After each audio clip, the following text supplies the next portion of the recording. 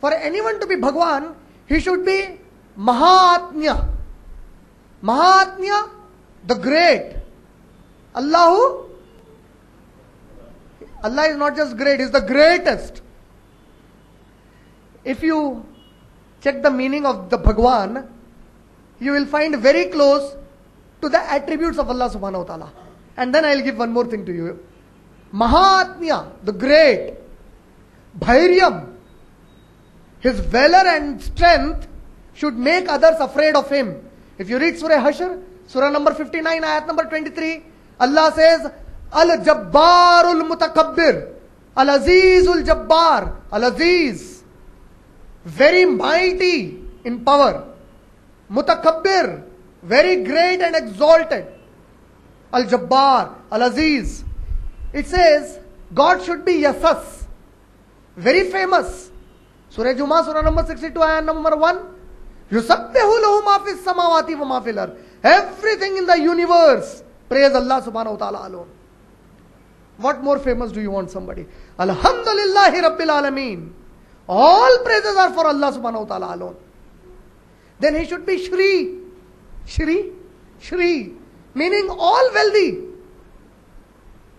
Rabbana la tuzigh qulubana ba'da iz hadaytana wa hab lana min ladunka. Wahab lana? What is that? Rabbana la tuzigh qulubana ba'da iz hadaytana wa hab lana min ladunka rahma innaka antal wahhab. Wahhab, very bountiful, very wealthy. You give your wealth without counting it. So God should be Shri. Then God should be Jnana. Bhagwan, the meaning of Bhagwan is Jnana. What is Jnana? Gyan is different from Vigyan. Gyan means absolute knowledge of religion. Allah is beyond that. Allah is Al-Alim. He is Gyan and Vigyan also. According to Sanskrit terminology, Vigyan means the knowledge of architecture, art, culture. Allah has all the knowledge. Allah said, I am Al-Alim. If you read Ayat al-Kursi, Surah Baqarah, Surah number 2, Ayat number 255, the Ayat al-Kursi, وَلَا يُحِيطُونَ بِشَيْءٍ مِّنْ عِلْمِهِ إِلَّا بِمَا شَاءَ. There is nothing that you can comprehend in your knowledge without He gives you from His knowledge. And He should be Vairagya, meaning detached from everything. He should be independent. As-Samad, the independent one. Now these 6 meanings fit so better to Allah subhanahu wa ta'ala than to any other Hindu god. See? If somebody says Ganesh is Bhagwan, and if you ask him, is Ganesh great or Shiva great? Confusion. Bhagwan should be the greatest. So according to your definition of Bhagwan, Ganesh and Shiva don't fit there.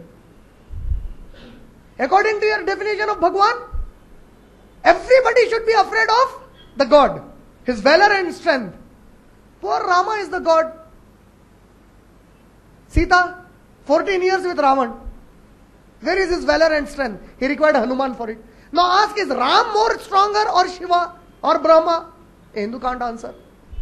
Ask a Muslim, who is the strongest? Allah.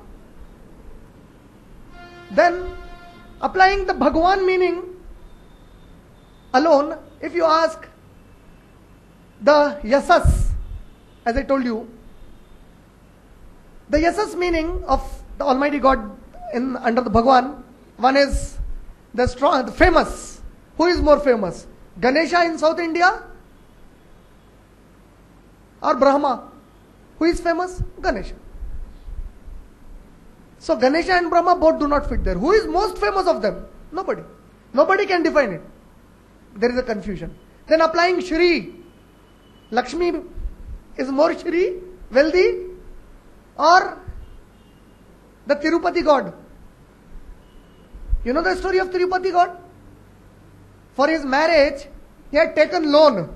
All the devotees who go to Tirupati, they offer their wealth as interest amount that the God has to pay for his marriage. That is what is the belief in Tirupati. See again, that does not fill the concept of Bhagwan.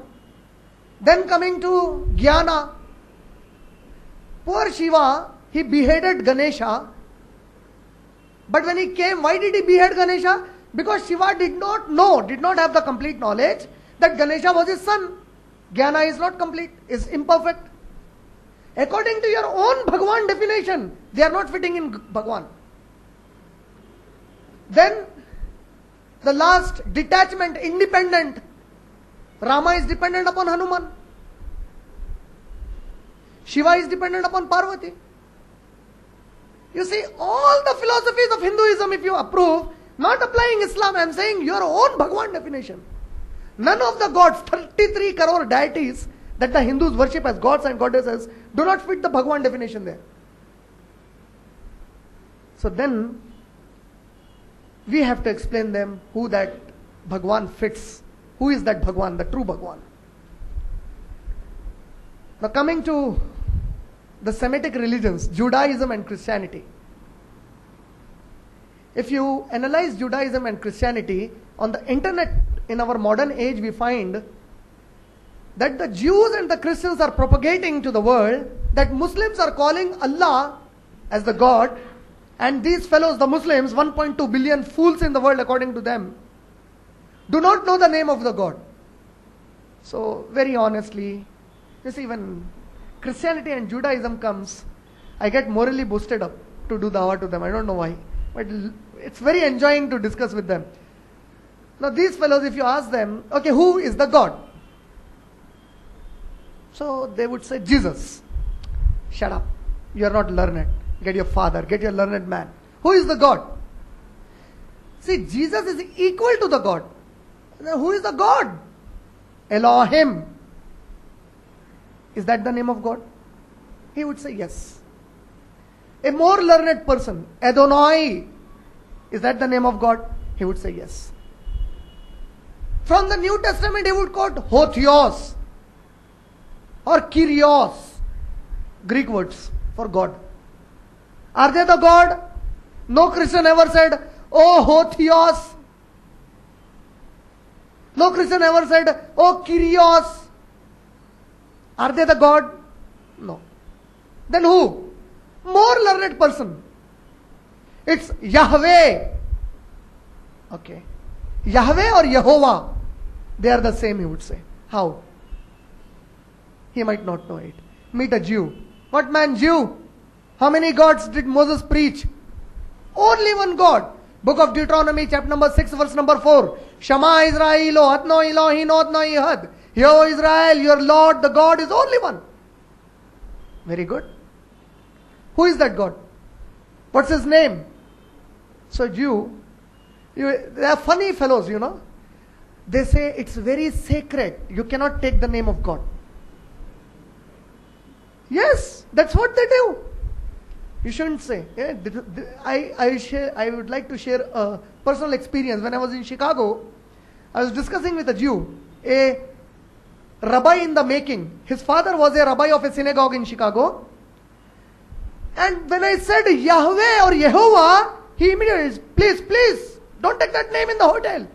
Don't take that name, it's very sacred. He became very angry, believe me. I have got the video of that. So ask a Jew, what's his name? So they only say it's tetragrammation. Is tetragrammation the name of God? That's not the name of God. Then, see, tetragrammation you don't know. A very high vocabulary of English. Tetragrammation. What is this, sir? So they say tetra means 4. Grammata means letters. 4 letters. So does the name of God mean 4 letter? Oh, 4 letter, give me this day. No, it's not like this. It is YHWH. What? YHWH? Is that the God? They say yes. How do I pronounce it? It's ineffable. You shouldn't pronounce it. You shouldn't speak about it. Why? It's unvocal. Don't call that name. It's sacred. If you call it, you are desecrating it. What? I shouldn't call the God? No. Substitute it with what? So, they say Adonai and Elohim are the substitutes of YHWH. But what is this YHWH?